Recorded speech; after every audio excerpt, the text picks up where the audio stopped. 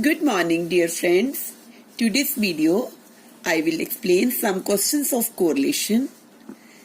And the first illustration is find the coefficient of correlation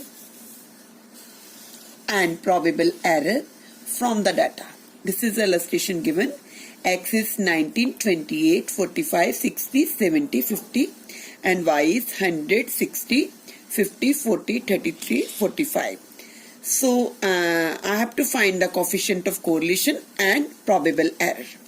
X is given 19, 28, 45, 60, 70, 50 and Y is also given 100, 60, 50, 40, 33, 45. Now, I will use the formula for finding the coefficient of correlation, that is n sigma dx dy minus sigma dx sigma dy over n into sigma dx whole square minus sigma dx whole square and root n into sigma dy whole square minus sigma dy whole square. तो that means यहाँ फॉर्मूले से indication हो गई हमें कि हमने dx और dy पहले निकालनी है. dx देखो कैसे निकालना है. x minus a is assumed means you can assume any value from the x series. तो I have supposed a is equal to 45. तो फिर मैंने क्या कर दिया, x minus 45 ले लिया. That means 19. अब क्या करना, x की वैल्यूज को पुट करिए ना. 19 minus 45 that is minus 26. 28 minus 45 that is minus 17. 45 minus 45 0. 60 minus 45 15. ऐसे हमने सारी वैल्यूज निकाल ली. तो सिग्मा dx जब इनको कैलकुलेट करते हैं, सम करते हैं, it will be 2. Similarly dy is equal to y minus b. b value जो assume करिए वो किस में से करनी है, y कॉलम में से. y कॉलम में से कोई भी वैल्यू को आप assume कर सकते हो. I have suppose b is equal to 60. तो फिर मैंने क्या करा, 100 minus 60 that is 40, 60 minus 60 0, 50 minus 60 minus 10, ऐसे सारी वैल्यूज को निकाल लिया. Sigma dy is equal to minus 32.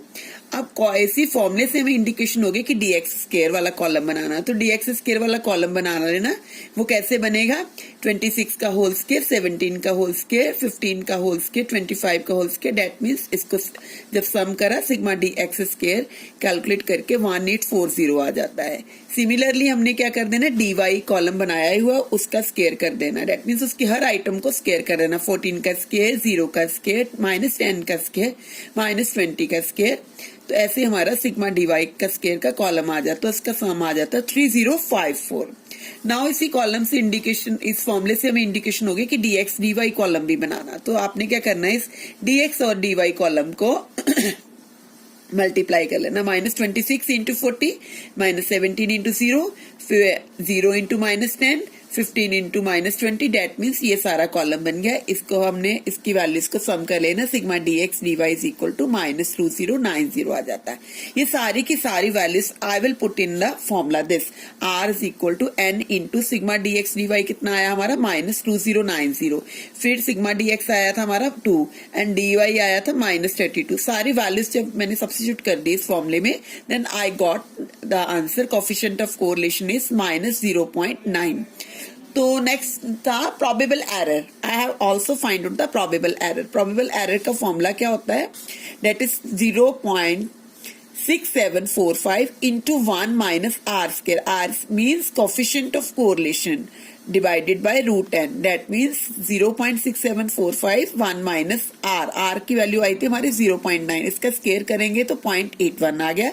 n means number of term. number of term 6 है. तो इसको जब हमने रूट लिया तो सिंप्लीफाई करा तो I got this answer 0.0523. This is the probable error. That means question में हमें क्या दिया हुआ था, I have to find out the coefficient of correlation and probable error. This is the question. Now I will explain the second illustrations. That means question is given the following assumed mean. Though two series are given, assumed mean of x series is 41 and y series 32. Sum of deviation from assumed mean, that is minus 170 and minus 20.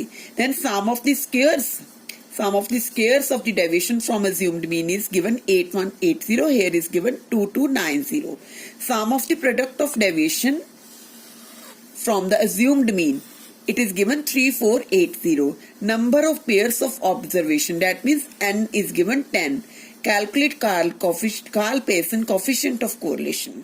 अब देखिए statement में क्या given है, this is given sum of deviation from assumed mean, deviation means sigma dx, x series का दिया था -170, अब ऐसे वाई सीरीज का कितना दिया था -20।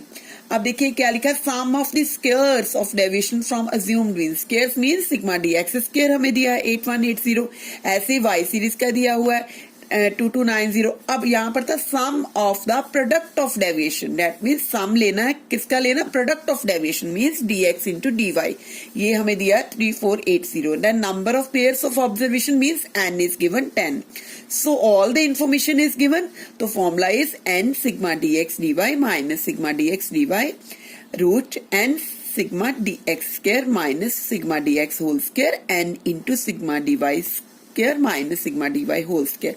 तो सारी की सारी values whatever values are given I have substituted in this formula, तो after calculation I got this answer 0.91।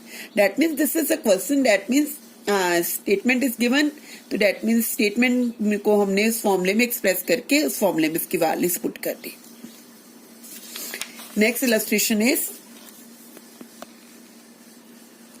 From the following table calculate the coefficient of correlation by Karl Pearson method. अब देखिए x series given, y series given, but in y series one term is missing and moreover statement में क्या given है, arithmetic means of x and y series are 6 and 8, that means arithmetic mean जो है x series का वो दिया हुआ है 6 एंड y सीरीज का कितना दिया हुआ है 8 दिया हुआ है।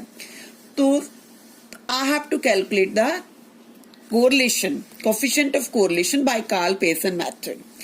तो सबसे पहले I have assume this is the value missing in y series, so मैंने इसको y1 अज्यूम कर लिया। गिवन है हमें arithmetic mean of x and y series 6 and 8, इसका मतलब y सीरीज का अरिथमेटिक मीन क्या दिया हुआ 8। तो वैसे हमने इसका अरिथमेटिक मीन कैसे निकालना होता है, mean sum of all the terms of y series divided by number of terms कौन कौन सी, 9 + 11, इसको मैंने y1 सपोज कर लिया, y1 + 8 + 7 divided by 5. This is the value I have calculated and given value is 8. So दोनों को हमने equate कर लिया, इक्वेट करके यहाँ से 8 5 40 आ गया, सॉल्व करके y1 की वैल्यू 5 आ गई। डेट मीन सबसे पहले मैंने मिसिंग वैल्यू निकाली। Then I have written in the form of columns x 6 2 10 4 8, sigma x निकाल लिया, डेट इज 30 एंड y की वैल्यूज को लिखा 9 11 5 8 7, this is 40। Now already given है हमें कि अरिथमेटिक मीन कितना है 6 and 8, तो so I will calculate the I will not take as assumed mean, it is already given, so I will directly calculate small x from the arithmetic mean, x minus arithmetic mean. तो देखिए सबसे पहले ये formula लगा लेना, r is equal to sigma x Y small X Y over root sigma X square root sigma Y square, मतलब x means x minus actual mean, small x is equal to x minus actual mean. देखिए अब actual mean कितना दिया हुआ था, x series का 6 दिया था, that mean 6 minus 6 0, 2 minus 6 minus 4, 10 minus 6 4, 4 minus 6 minus 2, तो इसको कैलकुलेट कर लिया। ऐसे ही मैंने y का निकाल दिया, y small y is equal to y minus actual mean, actual mean कितना दिया था 8 दिया था, 9 minus 8 1, 11 minus 8 3, 5 minus 8 minus 3 and so on. फिर मैंने इसका स्क्वायर कर लिया क्योंकि फॉर्मूले में x स्क्वायर आ रहा है, एक्स स्क्वायर की वैल्यूज को स्क्वायर करा, 0 का स्क्वायर 4 का स्क्वायर 4 का स्क्वायर 2 का स्क्वायर 4 का स्क्वायर, तो इसको जब टोटल करा तो आई गॉट 40। सिमिलरली मैंने y की वैल्यूज को भी स्क्वायर कर लिया, 1 का स्क्वायर 3 का स्क्वायर 9, 3 का स्क्वायर 9, 0 एंड 1, दैट मीन्स जब इनको प्लस करा it is 20। Here I according to the formula x y column भी चाहिए, तो x स्मॉल x भी आया हुआ, स्मॉल y भी आया, उनकी वैल्यूज को मल्टीप्लाई करा, 0 into 1 0, minus 4 into 3 minus 12, 4 into minus 3 minus 12, so ऐसे ही मैंने इनको सम कर लिया, तो sigma x y is equal to कितना आ गया मेरा, this is minus 26. Now I have substituted in this formula sigma xy, that is minus 26, sigma x squared, this is 40 आ रहा है, sigma Y square this is 20, 40 और 20 का root ले लिया, उसको सिंप्लीफाई करा तो I got this answer, this is the coefficient of correlation by Karl Pearson method. In this sum already actual mean are given, one value is missing, so firstly by using the actual mean I find out the missing value, Then I use the different formula. Whenever actual means are given, then we will use this formula, sigma small xy and sigma x square, sigma y square, where x is equal to capital X minus actual mean, and small y is equal to capital Y minus actual mean. Actual mean जो हमारा y series का दिया होता है. This is the sum. Thank you, dear friend. Please like, share and subscribe my channel, and don't forget to share with other also.